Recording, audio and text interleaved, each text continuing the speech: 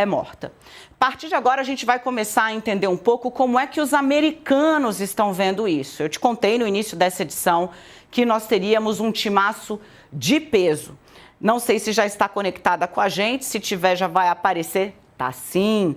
Deixa eu dar as boas-vindas e agradecer também a presença dela, que está trabalhando muito desde o iniciozinho da manhã de sábado. Para você que não conhece, essa é Marina Dias, ela é repórter do Washington Post aqui no Brasil e ela também é co-apresentadora do podcast Duas e Tanto. Marina, muito bem-vinda, obrigada por ter aceitado meu convite. Eu queria que você explicasse um pouco qual é o ambiente nos Estados Unidos. Vamos começar pela política? Porque, tecnicamente, para fazer uma ação bélica num outro país, Trump precisaria ter tido autorização do Congresso americano. Ele nem sequer pediu autorização. Como é que isso bateu por lá? De novo, obrigada, bem-vinda. Dani, primeiro, obrigada pelo convite, é um prazer estar aqui com você e com a audiência aqui do UOL.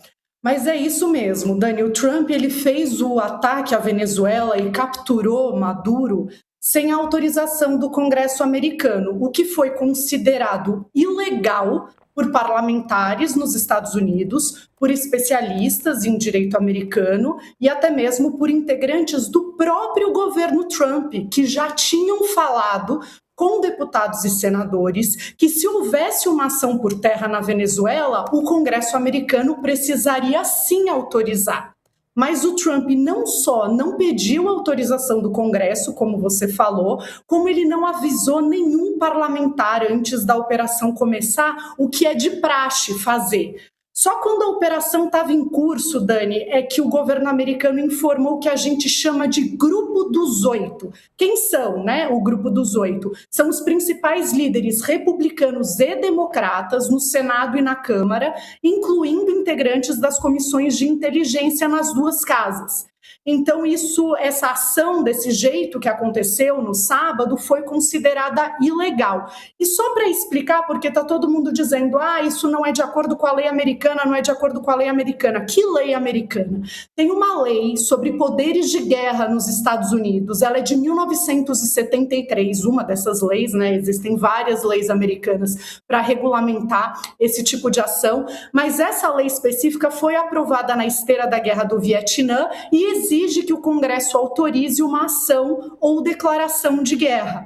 E o governo Trump diz que não está em guerra com a Venezuela. Mas, de acordo com esses especialistas em direito americano, direito internacional e também os parlamentares americanos que estão protestando, né, contra essa ação, uma ação por terra desse jeito que foi feito precisaria sim dessa autorização do Congresso. Então, no momento, a situação é essa entre legislativo e executivo nos Estados Unidos. Marina, eu quero aproveitar também ao máximo a sua participação aqui, porque o Trump diz, eu não estou em guerra, eu não estou com gente lá no solo. Eu fiz uma operação pontual, bombardeei o que precisava para tirar o Nicolás Maduro de lá para que ele seja julgado nos Estados Unidos. Mas ele também disse, eu vou governar a Venezuela. Ou melhor, os Estados Unidos vão governar a Venezuela e empresas americanas, petrolíferas, vão tomar conta do óleo venezuelano. Por que eu pedi para a Marina ficar um pouco? Porque tomou posse hoje como presidente interina a vice de Nicolás Maduro. Isso aconteceu agora há pouco, já no meio desta tarde. A gente tem as imagens para você. Essa, gente, é a Delcy Rodrigues, tá? A Delcy Rodrigues era vice do Maduro. Ela não é uma personagem nova na política. Ao contrário, a Delcy Rodrigues é chavista raiz. Sim, ela serviu ao Hugo Chávez. Portanto, ela tem mais de 20 anos de trajetória nesse grupo, tornou-se uma figura fidelíssima a Maduro e agora está vivendo uma situação de muita dubiedade que já eu quero tratar com vocês. E aí, Marina, quero que você conte um pouco também a dificuldade que está sendo para Donald Trump explicar o que diabos vai ser se nós vamos governar a Venezuela. Por quê? Ele fez um gesto a Delcy Rodrigues, deixando-a no poder, dizendo que se ela quiser colaborar, tá joia. Ao mesmo tempo, sinaliza que os Estados Unidos vão ter uma influência, sim, no que ele vem chamando de um processo de transição, não explica até quando. Eu estava vendo que ele fez uma série de entrevistas, o presidente americano, nas TVs, e todo mundo pergunta: nós vamos governar a Venezuela? Como? Quem vai governar a Venezuela? O Marco Rubio também foi muito perguntado, né? E é difícil explicar. Tem uma situação meio sui generis aí, né, para dizer o mínimo. É difícil explicar, inclusive entre eles. Dani, hoje uma reportagem do Washington Post feita pelos meus colegas mostra que, de fato, o Trump e o Marco Rubio parecem ter visões diferentes sobre o que é governar a Venezuela, né? Então, para lembrar, logo depois da operação, da ação militar, o Trump disse: nós vamos governar, nós vamos comandar a Venezuela. E aí, o que isso significaria? As pessoas, como você falou, começam a perguntar. O Marco Rubio, que é o secretário de Estado americano, diz que governar, comandar, seria comandar os próximos passos, orquestrar o que é possível fazer para seguir em frente. Mas o Trump diz outra coisa. O Trump diz que governar, comandar é arrumar o país, arrumar a situação do petróleo venezuelano, colocando empresas americanas para comandar, vender e explorar o petróleo venezuelano, aspas, né, do Trump, e depois aí sim organizar novas eleições. Ué, mas aí a vice do Maduro toma posse. Então, como fica isso? Ela participa dessa transição? Existe algum tipo de acordo do governo americano com o regime Maduro, com quem restou lá do regime Maduro? A gente ainda não sabe. Essas são perguntas que estão sendo levantadas pela imprensa americana, pelos analistas, enfim. Isso ainda está pouco claro,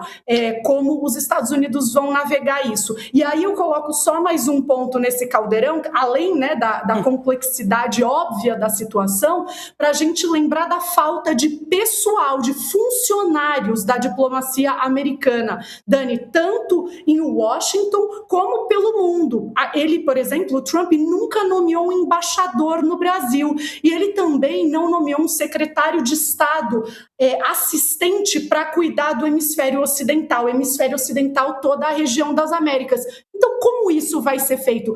Quem em loco ou quem, mesmo em Washington, vai comandar isso? Está pouco claro quem serão as autoridades, como vai ser esse processo, qual vai ser o papel das pessoas. Inclusive, o Marco Rubio, ele vai ser o quê? Né? No dia da coletiva, no sábado, depois da ação militar, o Trump falou que ia formar um comitê com esse pessoal que está aqui, atrás de mim.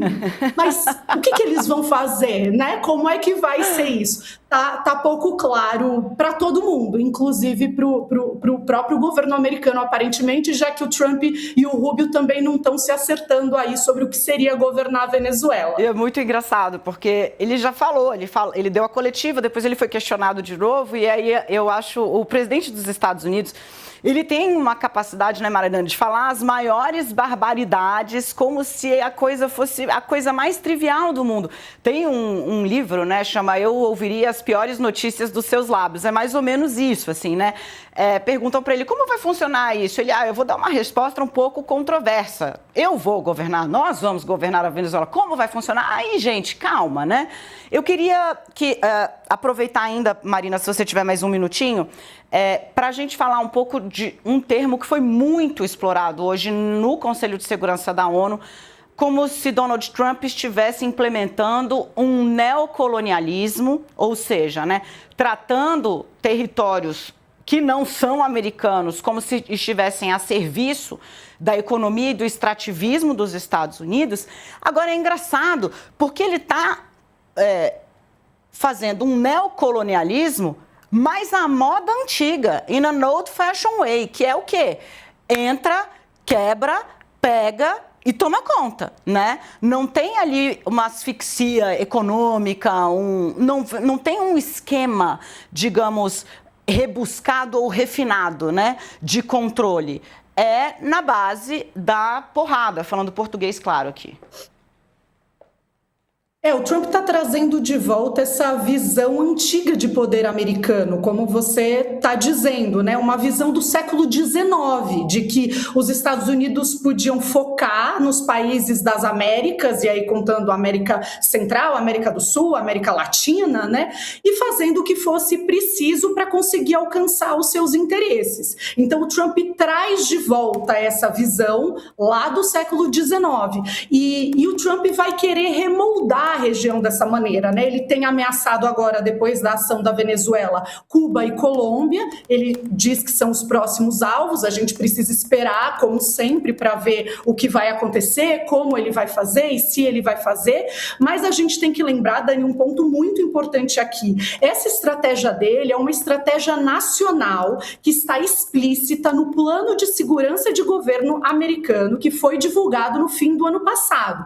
E nesse plano está escrito que a região aqui da América Latina, da América do Sul, é a prioridade da Casa Branca. Então o Trump deixou claro qual é a estratégia dele e aí aponta para essa nova ordem global de poder dos mais fortes, né? E não do multilateralismo, da troca de bens e serviços, que é o jeito que a gente estava vivendo nas últimas décadas. Agora o mais forte ganha. A gente entra, a gente faz o que quer para a gente conseguir o que a gente quer. E como os diplomatas brasileiros têm dito, e a nota do presidente Lula sobre a ação militar na Venezuela também deixou claro, isso abre precedentes perigosíssimos, porque a partir de agora toda a grande potência, então falamos aí de China, de Rússia, pode interferir em outros países para conseguir o que quer, para defender, em defesa dos seus próprios interesses, né? Não é assim que funciona de acordo com as leis internacionais, não é assim que funciona